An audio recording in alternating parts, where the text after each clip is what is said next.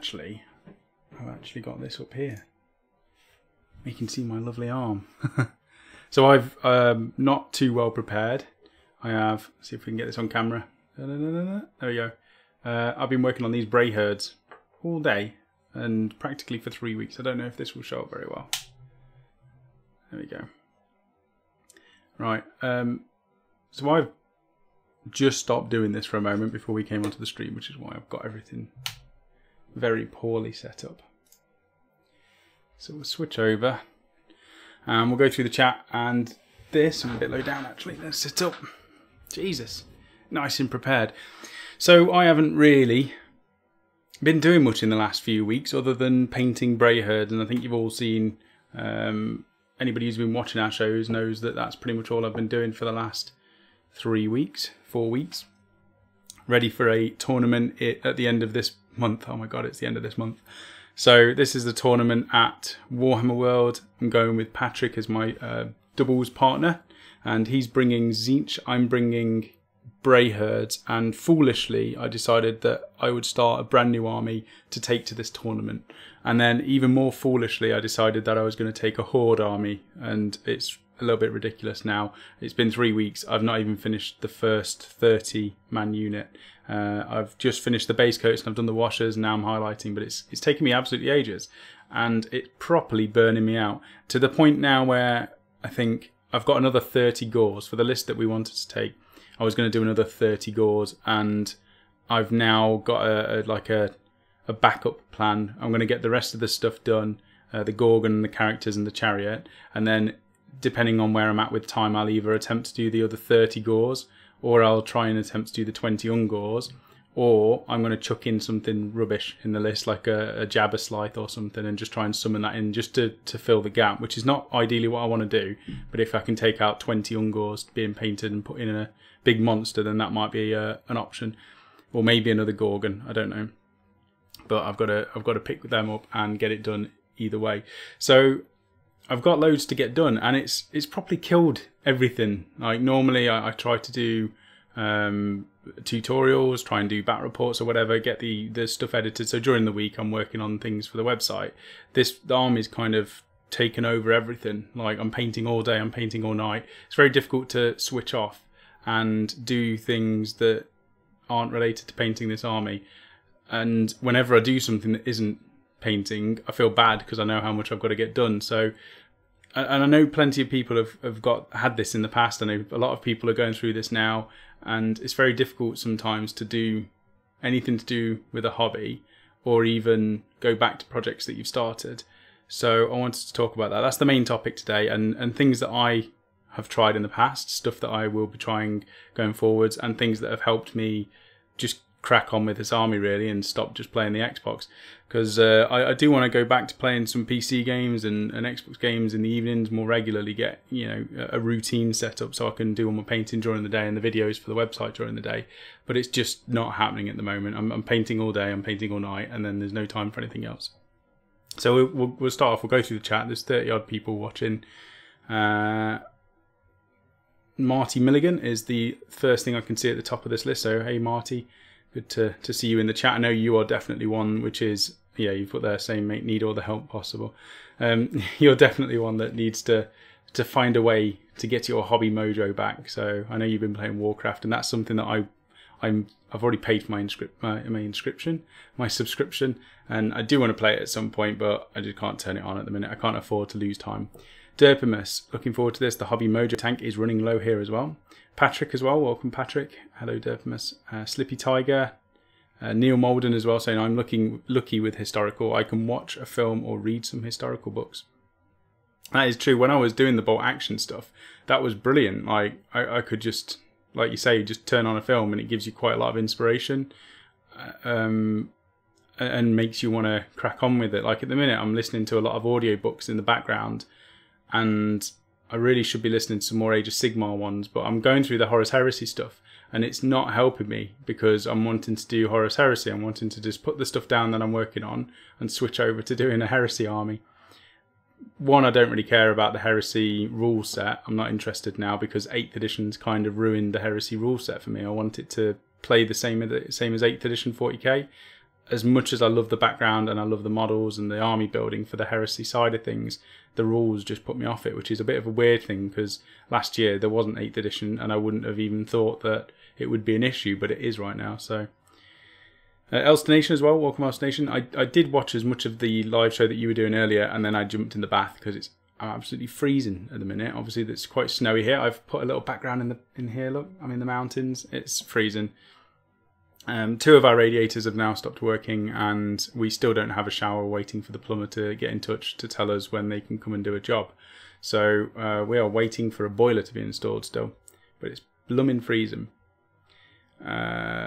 Neil Molden, a break always works. Oh no, Dirtmus. Kind of thinking about taking a week off or 2 of the painting and starting back on, I can't talk tonight, starting back on a project with a different colour palette. That's definitely one way you can sometimes re-infuse it. Neil Molden, a break always works, don't leave it too long or you may struggle to get back into painting, and that's completely true. I definitely did that. I was doing games for the channel, I didn't really paint anything for a good 3 or 4 weeks, and then when I came back it was very difficult to pick it up. At the minute I've been painting non-stop, so I'm kind of, my fingers are hurting from holding the stupid brush, but I'm at a stage now when I've finished the Bray Herds, I've got an idea of what I want to do afterwards, and we'll talk about that as well. Derpmus saying I should say a smaller project than my guard, because let's face it, they will never be finished, not even when I have to buy a whole new house to keep them in. Or going to, building terrain, doing something different, that definitely helps. We have Homish1, welcome Homish1, John Thompson as well. I've been active playing games but been off for a ton of time. Every time I think about cracking on, it's too late. Too little motivation, or I've forgotten my colour schemes.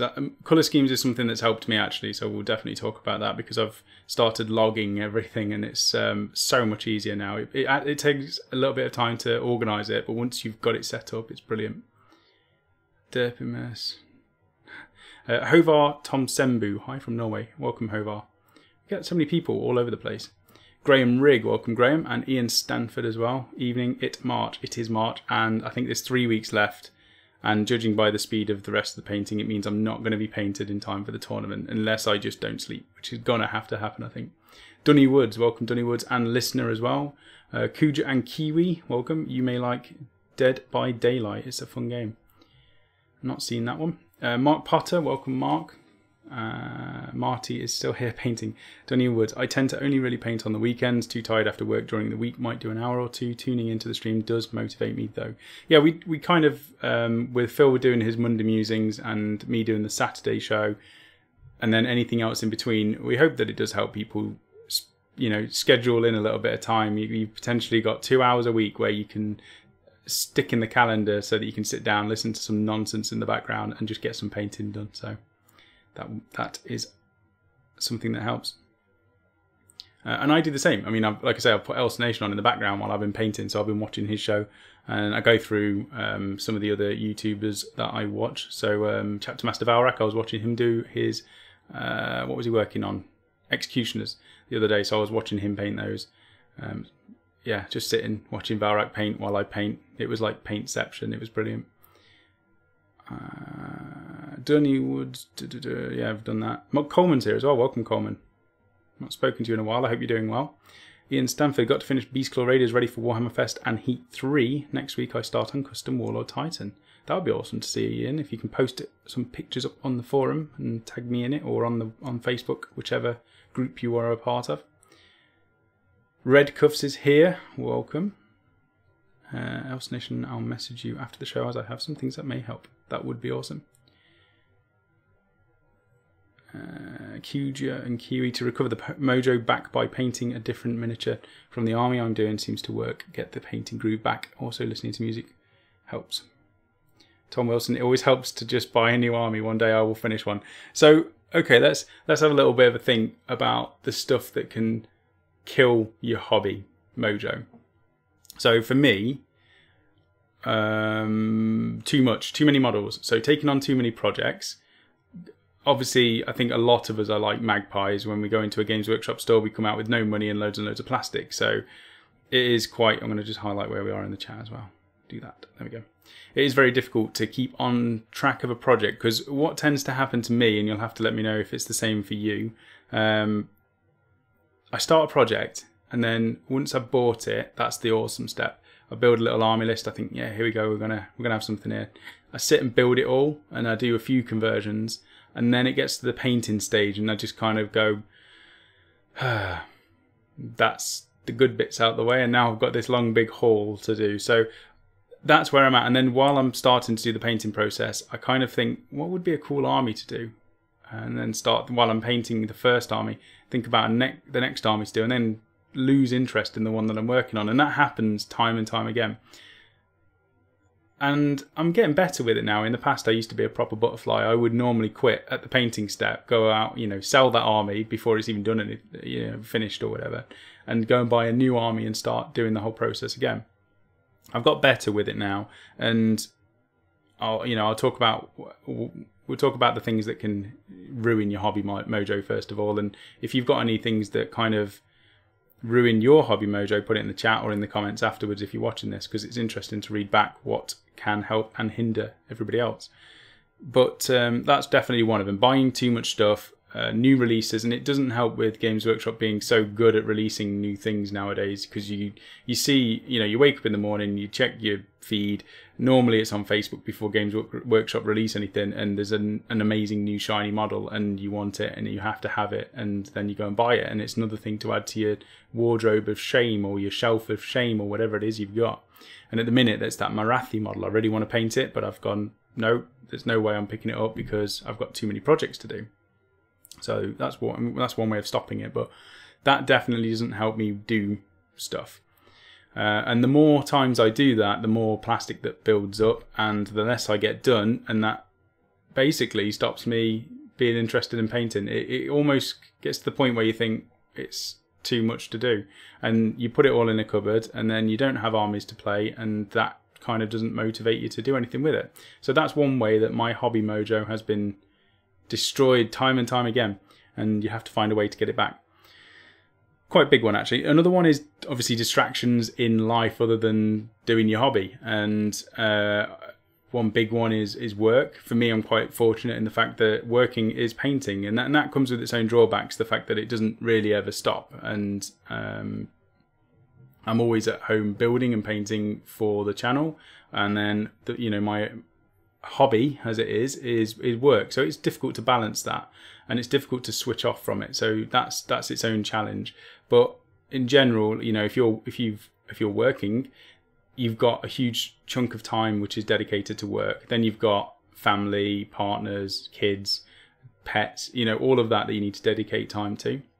And then you've got other hobbies, and that can include going skiing or paintballing or playing on the Xbox or playing, being addicted to World of Warcraft, which is, there's more time gone than anything if you're addicted to that game.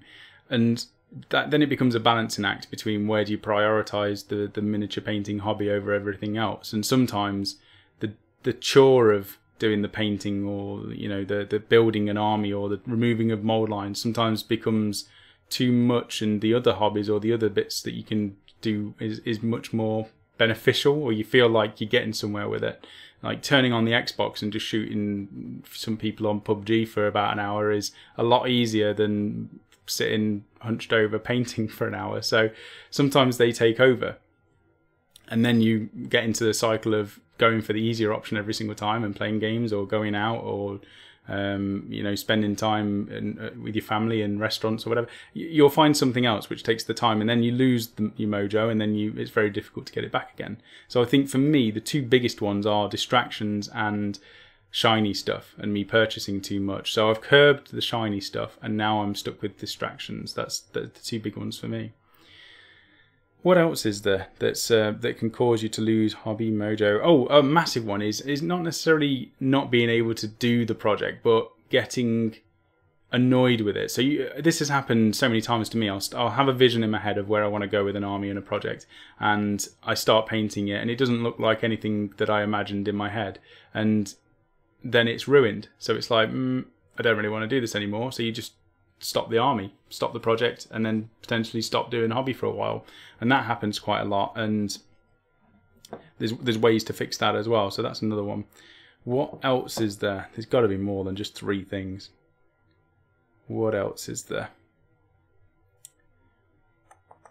I mean, there's ones that can stop it. So obviously, if you're a gamer and you paint your armies to play games, and then this, for whatever reason, you can't play games. Like at the minute, you can't get out of your house because it's snowy, or if your local gaming club or shop is closed, or there's no one around to play games with, that can impact your hobby. You know, you've got no reason to paint and build an army because you've got no reward at the end of it. So that is something that can hinder it. So I'm going to go through the chat, and then we'll go through some ways that can help, fix this, or some things that may help. So Derpimus, I did quite well on my last visit to a GW store. I only bought texture paint. I went in to add a bit of interest to my guard bases. Neil Molden saying only buy one unit at a time. That works for me. John, GW new release make butterflies, as they seem to be so much more overpowered in comparison to the older armies. Yeah, I mean, not even looking at rules, just the shininess of models is something that can hinder your hobby progress. But I didn't even think about the rules, I know Liam, he always says he buys the army because he likes it, but it just tends to be that it's flavour of the month at the same time. So with a brand new nasty list coming out, it can tempt you to just stop your other projects, go and buy the new stuff, and then you're in a big hole. Ian saying, I have tagged you on Instagram. No, oh, okay, I'll check that out. That's awesome. Yeah, I forgot about Instagram. Thank you. I'll check. I won't check it now because I'll get distracted on Instagram. Not enough hours in the day. Ralph saying, caught the back end. No, this is the beginning, Ralph. Fairly early on. Quarter of an hour we've been going. Tom Wilson, Black Library usually derails any project I have. I read a lot of books and then really want to start an army based on a book. I want a Black Legion whilst currently building an Astra Militarum. That is 100% true, Tom. And that can be a way to get your hobby mojo back, is reading the Black Library books or listening to the audio books. But it can add to that shiny syndrome where you just buy too much. So it's trying to keep a balance of the two of those. Shiner Chen. I failed this last time at pronouncing that. I had the same problem with too many minis built but not painted 6 months ago. What helped me is airbrushing. It's so much fun with the air gun. I started to strip my already painted minis. 100% they help. John, Death Skeleton tripling their attack. Each tons of spells. Yeah, there's so much new stuff. It's flavour of the month, and then that's it. Kuja saying Overwatch, Elder Scrolls Online, and Final Fantasy 14. If 14 came out on Xbox, I would probably lose a lot of time. I've played it on PC, but at the minute, I don't have anybody that I play games with on the PC. So Warcraft is a solo experience, which is why I'm not really rushed to get back onto it. If my old group, the guild that I used to play with, rang me and said we're playing Warcraft ready for the new expansion in September, then I would probably spend some time leveling up and playing it. But at the minute, it's just playing Xbox as and when I can. But if Final Fantasy 14 came to Xbox, which I think it is later on in the year, that's going to be another distraction. The Procrastinating Painter. What I've been doing this week is putting on an episode of Top Gear and painting while I watch it. I've been aiming for an hour a day. That's awesome. And that is one way to crack on, and we'll talk about that, the ways to get over it. Matthew Judge, welcome. Painting competitions as well. That's another way you can do it. Ralph saying too many other games and models that distract you. Yep. That's probably one of the biggest ones for me. Hovar, mold lines can make me lose my mojo. Yeah, that stages. Okay, so I didn't even think about that. Stages of the process. So for me, the painting process I don't actually enjoy. It's the end result. For me, building and converting is probably the best part of the hobby for me, other than buying. But for some people, mold line removal and building alone just stops the process, and for others, painting stops the process, and it's difficult to get over those, and there's ways you can make that step better so that you don't stop what you're doing, and that's what we'll talk about as well.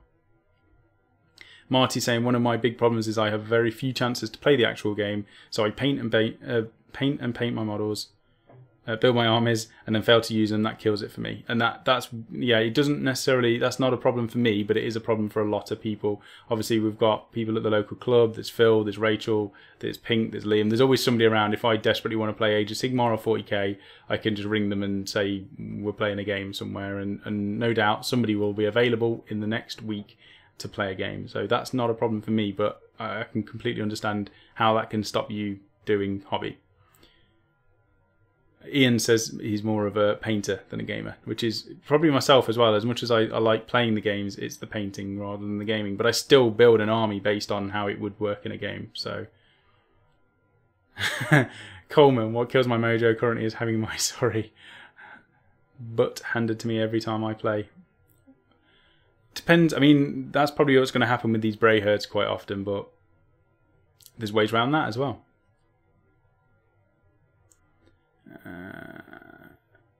Right. Dicer. Fell Hate's here as well. Welcome, Fell Hate. I hope you are doing well. Marty, Sam, I will play WoW with you. Oh, wait, I mean I won't. Well, I'm not moving server again. I'm on Venture Co at the minute, which is an RP PvP server, because I've got about 11 characters over 100, and I can't move again. I've moved so many servers. Coleman, okay, it's talking to Ralph. Okay. So that is stuff that can hinder you. Now, things that can definitely help, and stuff that might help you, it might not. It's just something to consider. So let me try and think about the point. So one of the big problems is buying stuff, being a magpie, and buying flavour of the month stuff, or buying models that are shiny, whichever way it is for yourself. So ways around that is just don't buy it. And it's very easy to say don't buy it, but it's quite a difficult thing, because in this hobby, it's all based around buying stuff that you like and then building it or using it in a game. So there's different ways you can do it. You can limit yourself to a certain amount each week or each month. So if you say to yourself you're allowed £50 a month, and that's all you can buy hobby products, and you don't have to limit that to the hobby in general. Like if you want to say £50 is the maximum you're going to spend a month on miniatures, you could do that. You could do £10 a month. You could do £20. Whatever your limit is, you could put some sort of limit on yourself in terms of spending. And when you get your money, you can put it in cash in a box, which is your limit box. You just give it a name, whatever you want to call it, and you put your money in there. And once you've got enough for what you want, that's what you spend. And that way you physically can't buy anymore. And it would work with, if I said to Rachel, I can't buy any more models at the minute, she would just shut me down on all the accounts, and that would be it. And that would be one way to stop it. At the minute, I haven't bought a model for such a long time that I don't need that sort of restriction. But for a lot of people, that might help, is to actually restrict the outgoings of money to buy stuff. Another one is, if you've got more willpower, is getting projects finished and then rewarding yourself by buying new models. And that could be, if you paint a character, you can buy a character. If you paint a unit, you can buy a unit. If you paint a monster, you can buy a monster. And you could do it like for like. Or you could say, if you paint all of your infantry in your army, you can buy yourself a getting started set. Give yourself rewards for actually completing the projects rather than just buying stuff. So although you might be able to afford it, put a limit on there, which could be a task that you've got to do. You've got to finish it, or even if it's like, even if you can paint really quickly and you paint your armies very quickly, and then you play a game and you're just doing that over and over again. Maybe put limits on yourself, like you've got to play 10 games with the army or something before you buy another unit for it, or 1 game before you buy another unit. That can stop you buying it. I just saw Prophecy PPC. Is that Prophecy points? I'm not going to read that yet. What else was there? So the second big one was time, I think. Distractions. So distractions, the ways to get over that. And again, it's all about your own willpower. I think building your willpower is so key to actually getting stuff done in this hobby that it's majorly important.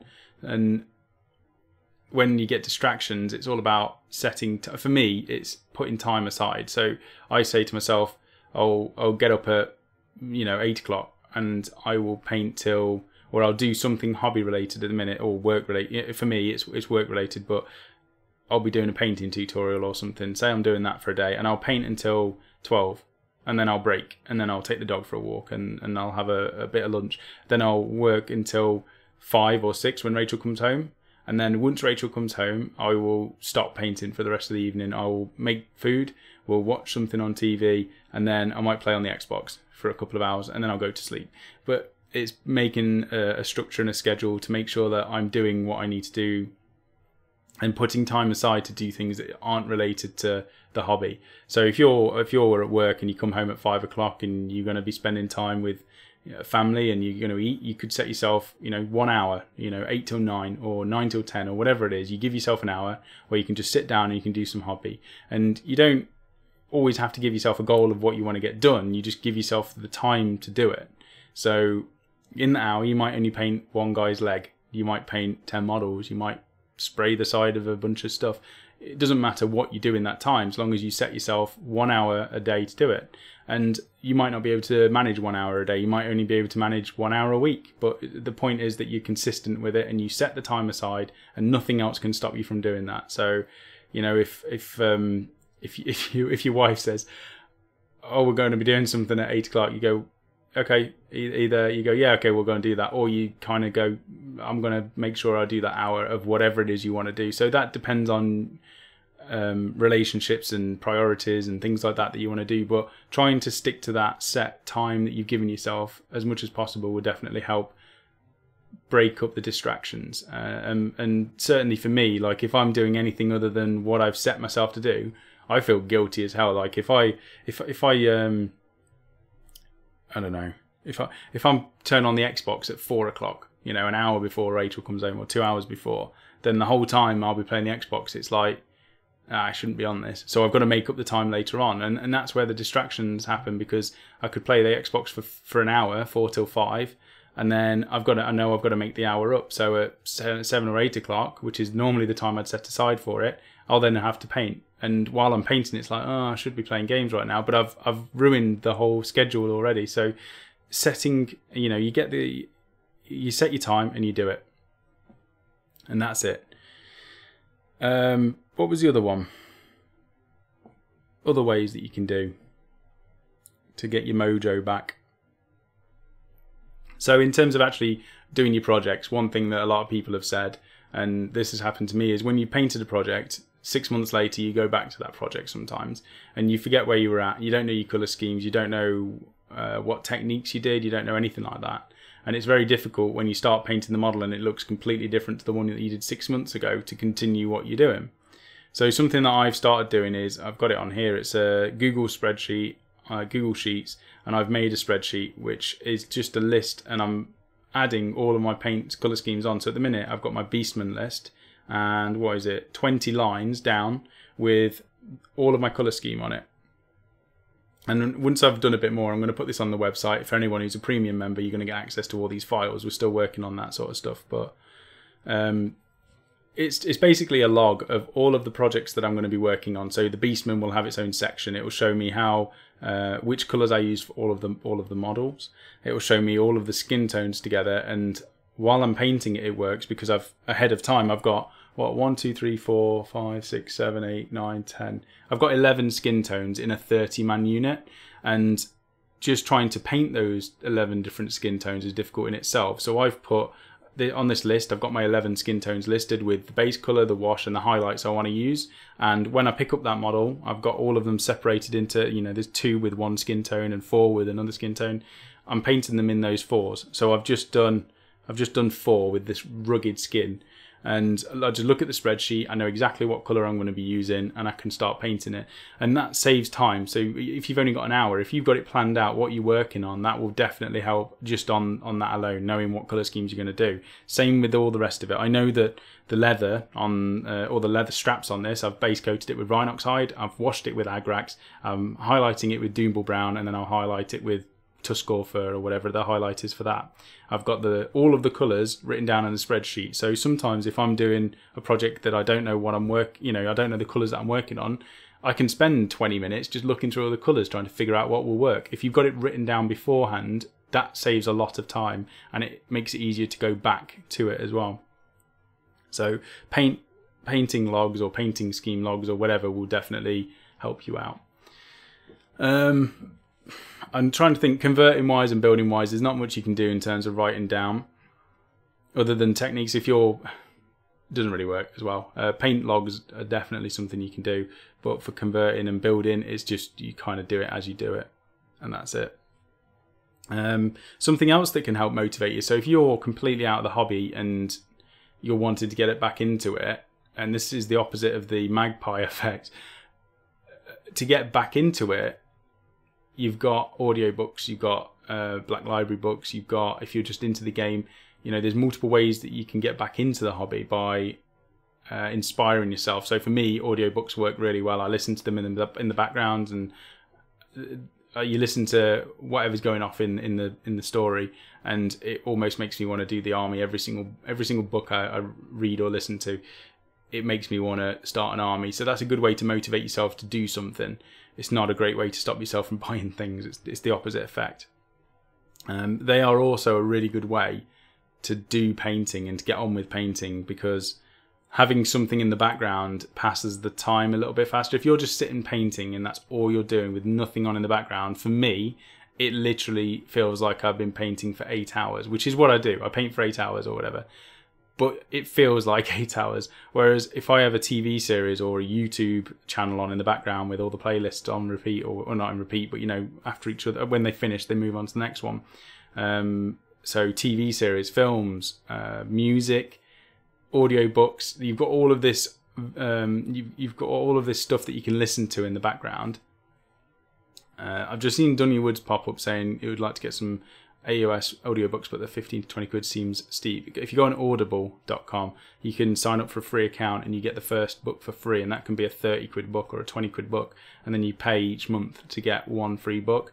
But it's really cheap. I think it's like 6 or 7 quid for a month, and that lets you buy a book every month, which could be worth 15 to 30 quid. So Audible is quite a good way of doing it.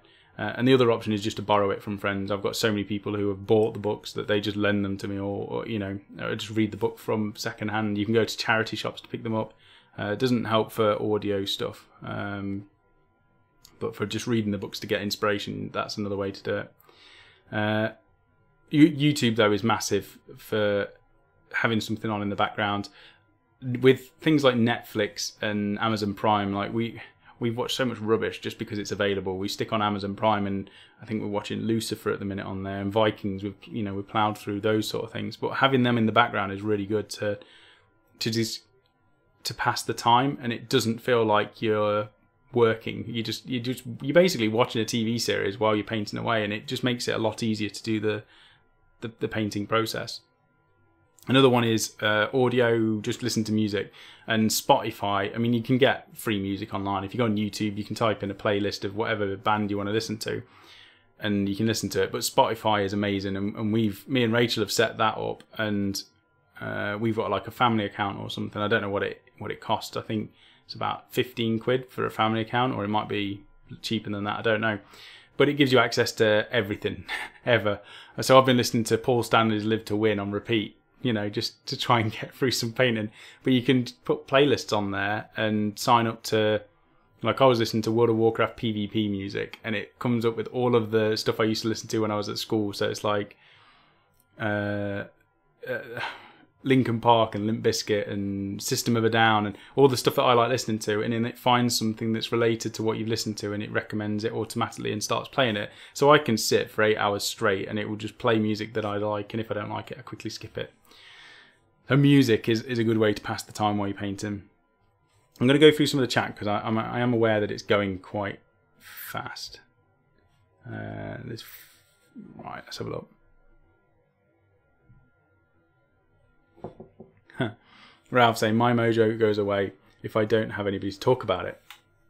That is an interesting one as well. So getting yourself a group that you can, if you're doing hobby by yourself, sometimes that's fine. People can do that. I wouldn't be doing this hobby if I was doing it by myself, I don't think, because, you know, I'm not the greatest painter, but I like to paint my stuff and then show it to somebody and they go, oh, that's good. And then it makes me feel like I've spent the time wisely. You know, I'm not just, if I was painting these models for myself, I wouldn't do it. I paint them because I can show somebody else and they can say, oh, that's good. And I go, oh, cool, I'm going to try and do something better the next time. So that really does help. And also it helps make me improve.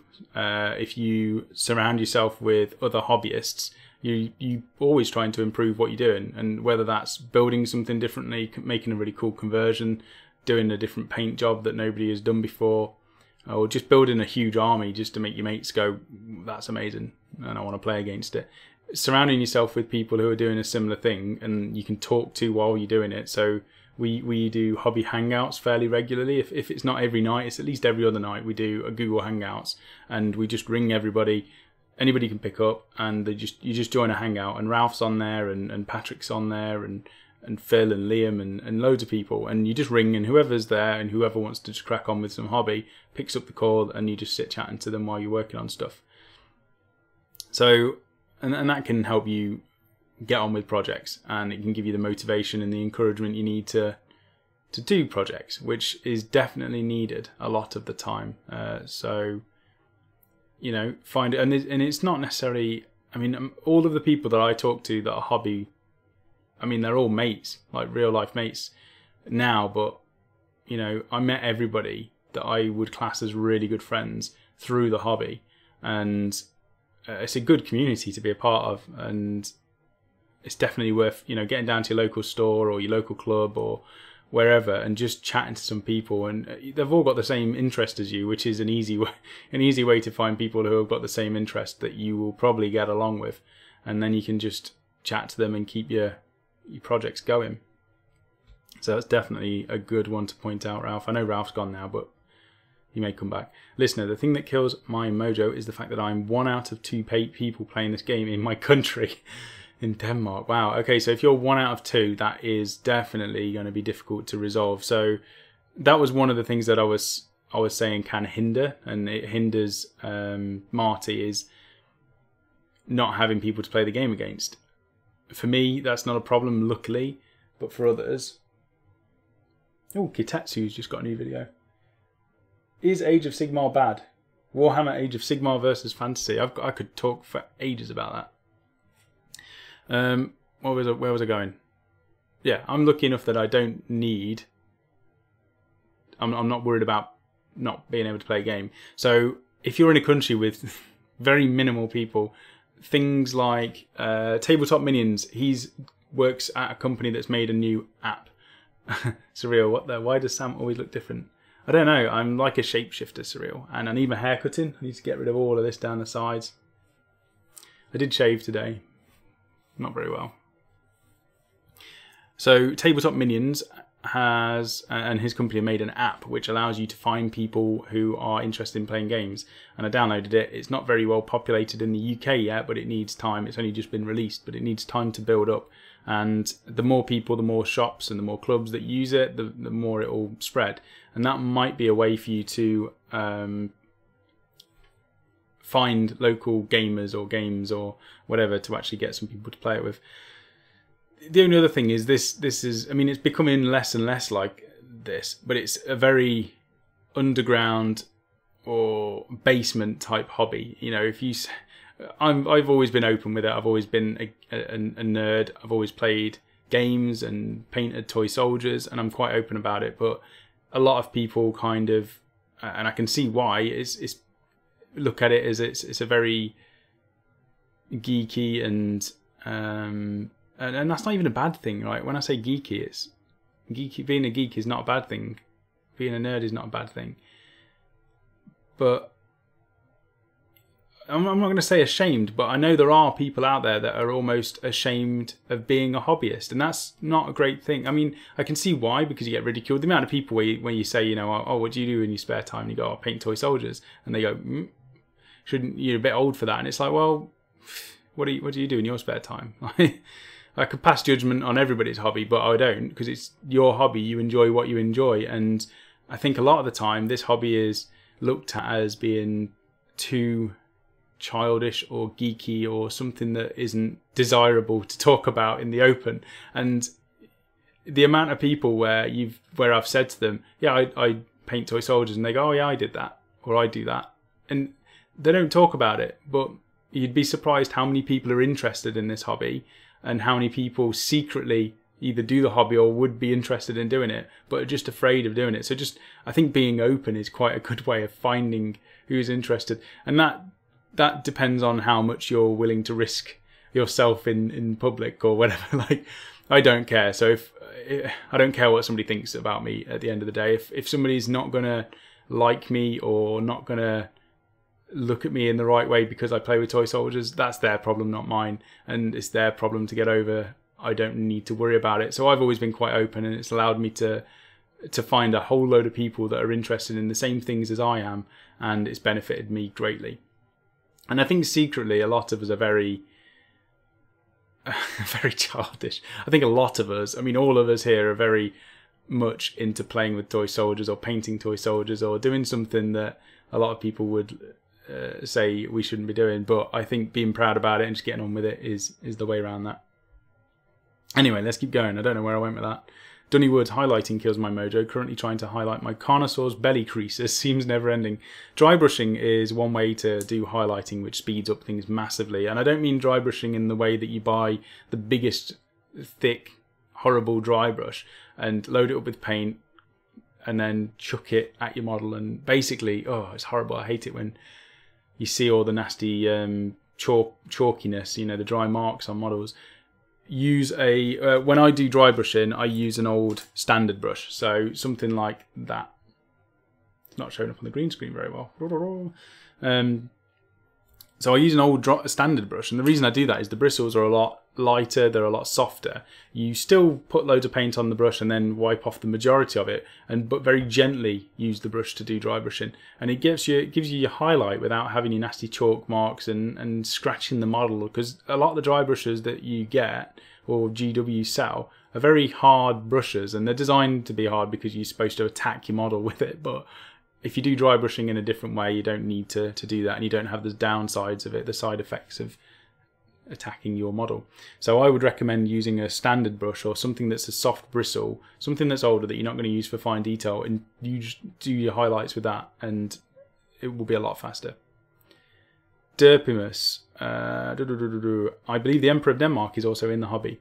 He hasn't been allowed around the live shows recently though. Yes, the Emperor of Denmark is a avid viewer of Wargamer Online and a member of the hobbying community, and so is the Queen. The Queen tries to tune into Phil's shows as much as she can, but I think she's just been working on her armies recently, so she just hasn't had time to get into the live chats and join in. It's a shame, but you know, she's got armies to paint.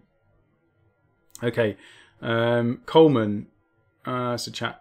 Okay, this is blah, blah, blah. Not at that. Did I miss anything?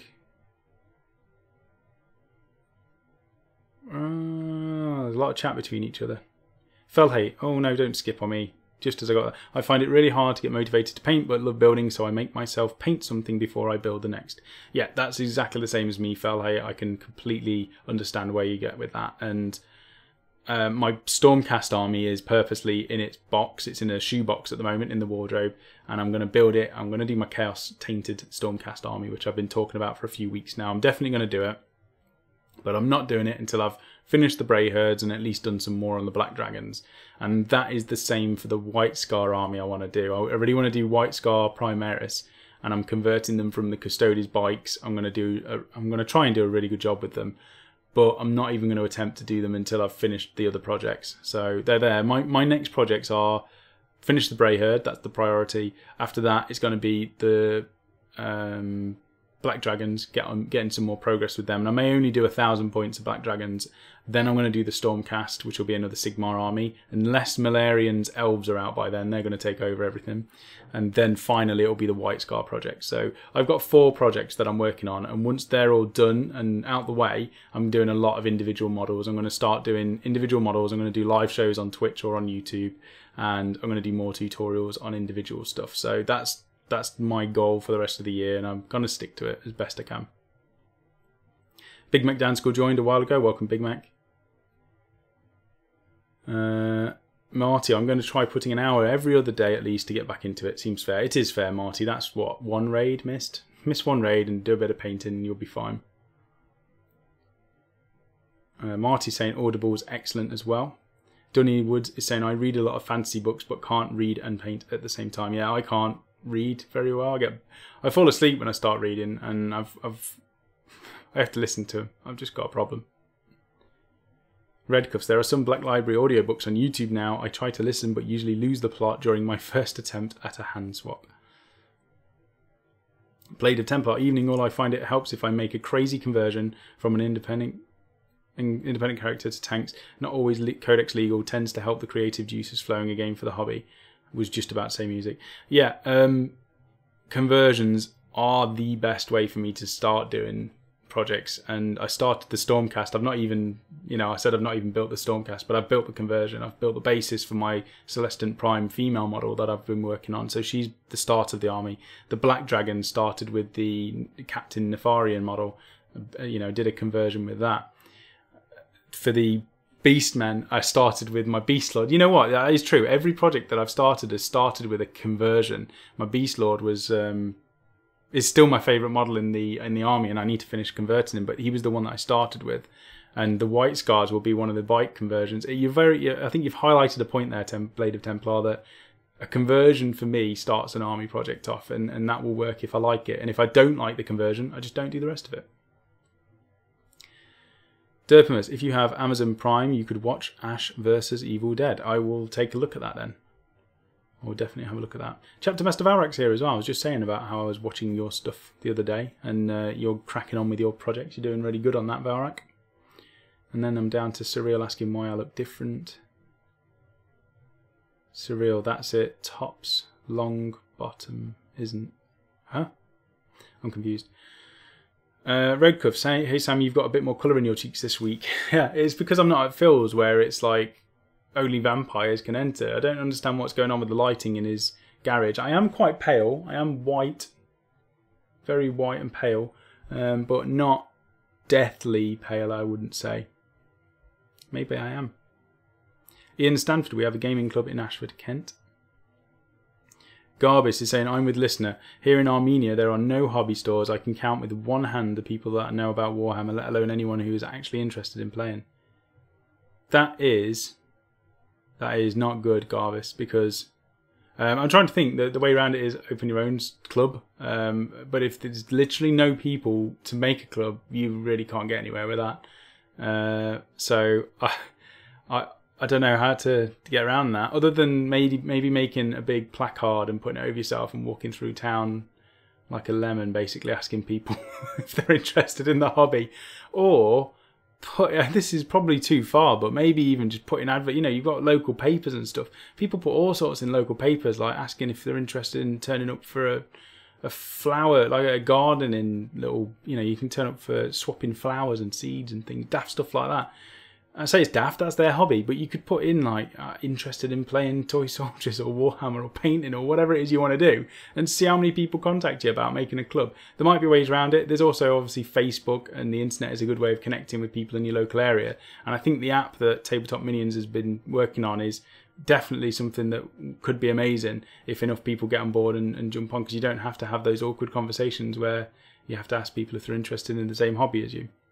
Viva La Jack is on saying, hi Sam, I'm sorry we are a distraction. You're a massive distraction. I play Xbox with Viva La Jack, so it's nice to see that he's on.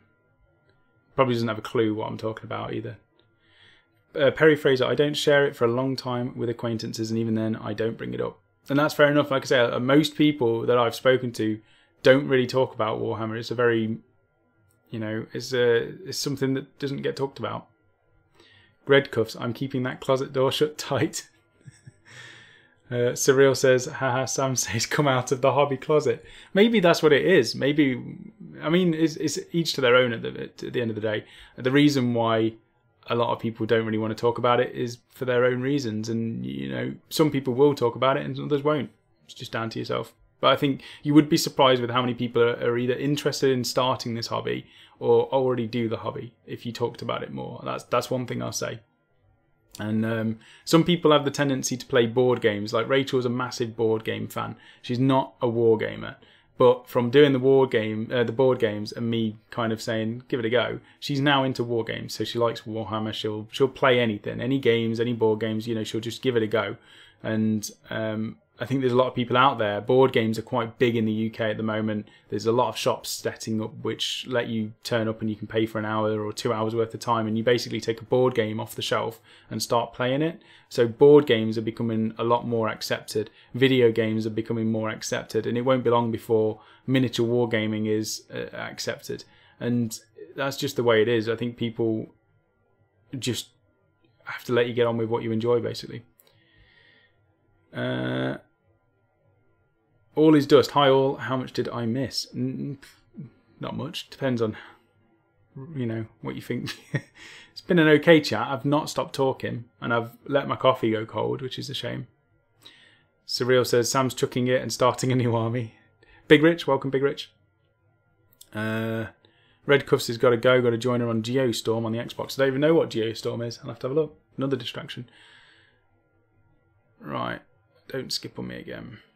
Garb is saying, I haven't met any hobbyists. I highly doubt they exist since there aren't any stores here. It takes me ages to gather stuff since I have to order and ship everything from the UK. That is a shame. And maybe you're going to have to just do one massive push in the country to get people addicted to the hobby and encourage somebody to set up a local store and get... I mean, there's the potential for making a lot of money. If there's nobody who is currently over there, if you can sort out the distribution of stuff, I can guarantee there'll be a group of people, a big group of people that would be interested in doing the hobby. And if there's no shops there, that's an opportunity for somebody to make one. In the UK, there's at least one shop every 10 miles. There'll be a shop that sells something wargaming related.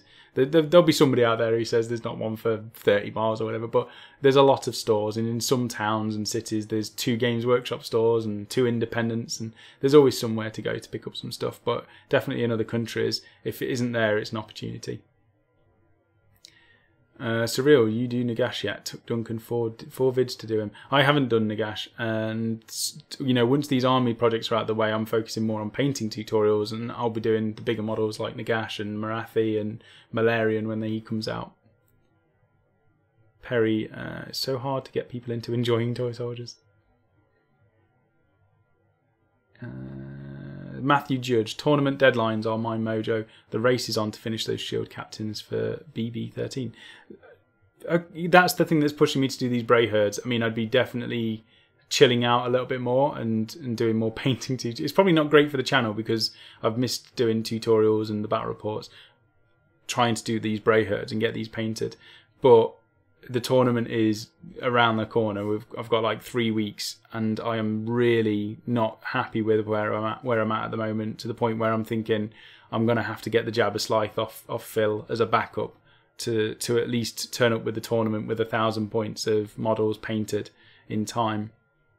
But if that's what it takes to get it done, then I'll do it. But it can definitely, tournaments, deadlines, and campaigns that local clubs are doing, they can definitely be ways to get the motivation to complete projects. They can also, the problem with that is a lot of clubs cycle through things very quickly. So it might be 2 months to do a project, and then the next 2 months is another project, and the next 2 months is another project, and that can burn you out more than maybe having one project a year.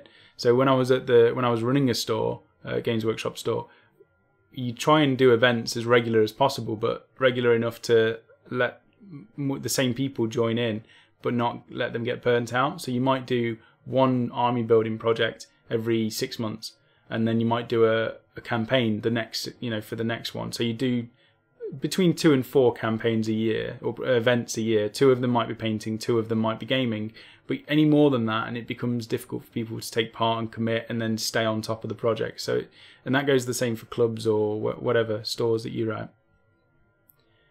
Mark Potter, I have to work to a deadline like a tournament or a campaign. Exactly. And Mark is local, so Mark knows about the local campaigns and the events and the store. When I was working there, he knows what it was like, because we had an amazing heresy campaign that Mark was a part of, and he had an awesome job. Really bad dice roller, Mark is. He's almost as bad as me, if not worse at times. He can't seem to roll dice very well, but he still enjoys it nevertheless. Luca, I love magnetizing and converting and creating crazy mini dioramas. When I want to relax, really, I do such a thing. And that's good to know as well. If you, I'm with you on that. Converting, not necessarily magnetizing for me, but just converting and creating stuff is the driving factor around this hobby and why I enjoy it so much. It's creating something from your imagination, something that somebody else doesn't have. And if you know that, being able to figure out which part of the hobby that you enjoy is definitely a way to motivate yourself. Like I know now, just from Blade of Templar saying about the conversions, I know that every project that I do that's actually not stopped has begun with a conversion. So I know that that's what I need to do. I need to start every project with a conversion of some sort. So if you can do that, that's good. Ian Stanford must start on Armies on Parade soon. Yeah, that's true. I might do the Bray Herds for Armies on Parade. I've just got to make a big board then and just cover it in rocks. Job done. Oh, oh god, there's so much to do. Yeah. Derpimus, to be honest, I should get out more. My old gaming group was broken up by people moving far away from work, or for the ones that stayed a bit closer, spawning. Yeah, just it's difficult to say. Just find more people that are interested in the hobby because, like I said, everyone's very quiet about it. But maybe just try and be more open. Come out of the hobby closet. We're gonna have to make a thing of that. We're gonna have to hashtag come out of the hobby closet and see how far we can get that spread. Tom Wilson, what would people use to weather tank tracks? Typhus corrosion or stippled brown? Typhus corrosion is great, and putting typhus corrosion on quite thick and then using a cotton bud to remove the excess from some of the raised areas works. But for me, anything weathering, I genuinely think AK Interactive is the best I've used. I've not used every brand, but AK Interactive stuff is brilliant. The washers they use and the I can't show you now because I've got this green screen behind me.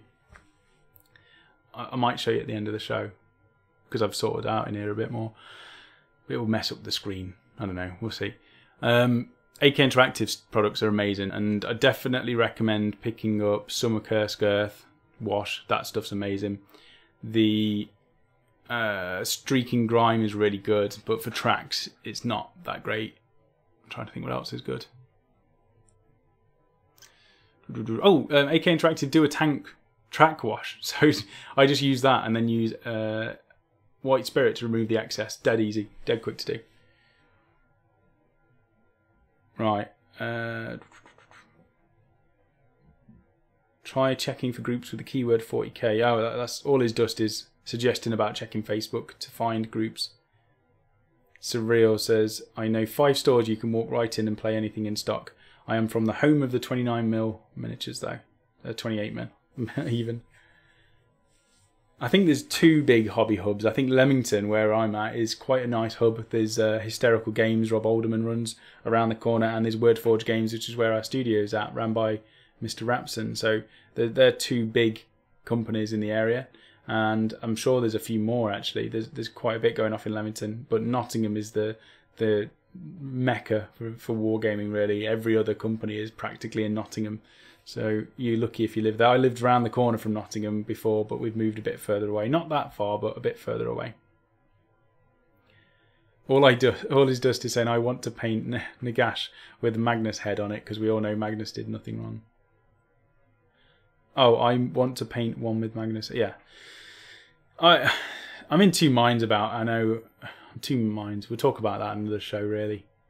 Because, yeah, Magnus, he kind of had the best intentions, and I think he did stuff wrong at the same time. So I'm on the fence. I think he didn't mean to do stuff wrong, but he did. I think Russ was a little bit, you know, sometimes, yeah, sometimes you got to question things, and Russ doesn't question stuff, does he? Dunnywood, will there be battle reports from the tournament? Unfortunately not, because you're not allowed to record at Games Workshop, Warhammer World, sorry. But we'll try and get some pictures, and we'll obviously talk about the tournament afterwards. There's 8 of us going, so there's going to be enough of us to talk about it afterwards. And from that point onwards, we're all going to have new armies that we can use in battle reports for the channel. So there'll definitely be battle reports with our armies, just not the stuff at the tournament.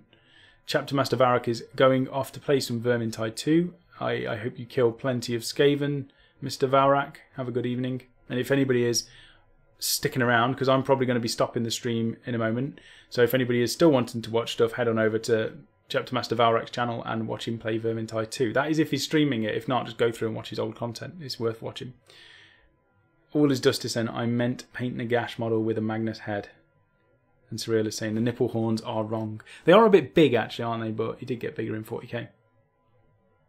Derpimus, is the hobby closet next to the cupboard of shame?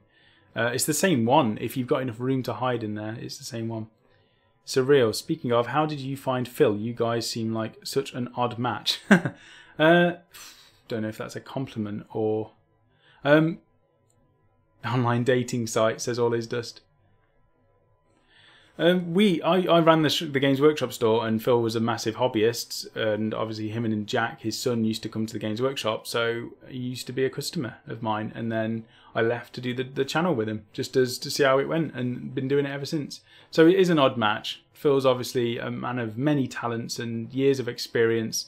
You know, from the Stone Age, he's been creating countless creations that work in the hobby. And his knowledge is just vastless, basically. Vastless? He's very experienced, Phil is, and I'm the complete opposite. I don't have a clue what I'm doing most of the time. I end up asking Phil to come and help me with most things. So we are very opposite, but we're very similar in certain things as well. Derpimus is saying, yeah, Tinder for gamers. I can see. Yeah, that's what that app is. Definitely not from Tabletop Minions. I think it's called Game 4 off the top of my head. I have got it on my phone, but I've lost my phone. So, I think that is pretty much everything that I wanted to talk about. Is Hobby Mojo, ways you can get past it. The other thing actually is to get the armies done is having a set way of doing it, and something that I always do when I do my projects is do my bases first. So I get the entire army's worth of bases built and painted before I even start painting the models, and that's so that I've got a big box of bases. As soon as the model's finished, I can just stick it onto the base and I'm done. But then you've got the actual painting of the miniatures, so I get everything in the army built, then I prime all of it in one go, and then I'll do whichever way I'm doing it. At the minute I'm doing a unit at a time, which is not helping because there's 30 Bestigors in one unit, and it's pretty difficult to batch paint 30 models. I know Ulster Nation does like 100 models batch painting, but I'm not the machine that Ulster Nation is. So I'm going to break it down to 10 or 20 man next time and see how I go. But having a set process of working on your projects is definitely something that can help. And I think that's it. So if you are watching this back, put it in the comments down below. I want to know stuff that hinders, so gets rid of your Hobby Mojo, but also stuff that has helped you in the past, or any suggestions to try and get over that, barrier so that you can get back on with the hobby. So put it in the comments after the show, because it's going to go now. I'm not going to be able to talk about it. All is Dusty saying it is Game 4. I need to learn how to do bases first, been doing them last. Put all of your models on, pin them all. So I've got a video somewhere in our playlists on pin it to cork, and then all of my models are like that. And then when they're done, I just drill a hole in the base and then stick it into the base, and I'm done. But that's it. So everyone have a good Sunday. So for the rest of the weekend, if you're in the UK and you still can't get out, then that gives you opportunity to sit and paint some more. Phil will be here on Monday doing his Monday musing, and I'm not sure what's going on Wednesday. I think he's aiming to do a live battle report on Wednesday again, so if anyone's around and they want to watch that, keep an eye out for the show in advance to see if that's coming out. Other than that, have a fantastic week, and wish me luck with the Bray Herds, and I wish you all luck with whatever it is you're working on. And that's it. So thanks for watching, and thank you to everyone who pressed the thumbs up on the video. I'll try and find the comments, the credits. There we go. All right, have a good one, and I'll see you next week.